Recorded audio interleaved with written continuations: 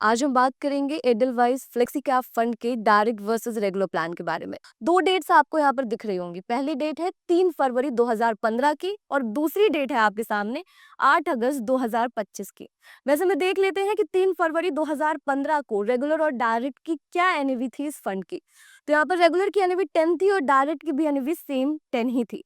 अब आ जाते हैं अभी के नियरेस्ट डेट पर, जो कि हमने ली है 8 अगस्त 2025 की डेट।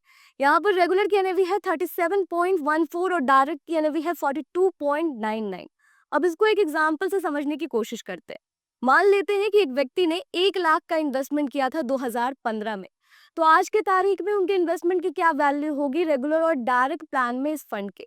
तो यहाँ पर रेगुलर में इस इन्वेस्टमेंट की वैल्यू हो जाएगी अप्रोक्स 3,71,000 की।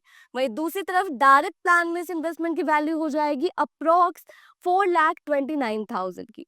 मतलब ये है कि 1 लाख के इन्वेस्टमेंट पर 11 साल में आप 58,468 रुपए का नुकसान कर रहे हैं।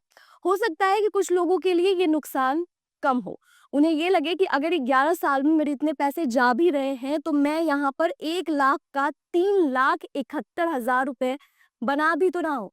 लेकिन यहाँ पर समझने वाली बात यह है कि 1 लाख का इन्वेस्टमेंट आपने बस किया नहीं होगा। अगर 1 लाख के इन्वेस्टमेंट पर 11 साल में आप इतना नुकसान कर रहे हैं तो सोचिए जरा कि आप अपने और भी इन्वेस्टमेंट्स पर कितना ज्यादा लॉस कर रहे होंगे। अपने अगले कैलकुलेटर से हम यही समझेंगे कि म्यूचुअल फंड के इन्वेस्टमेंट्स पर हिडन कमीशन के कारण और जानकारी की कमी के कारण आप कितना ज्यादा लॉस कर देते हैं।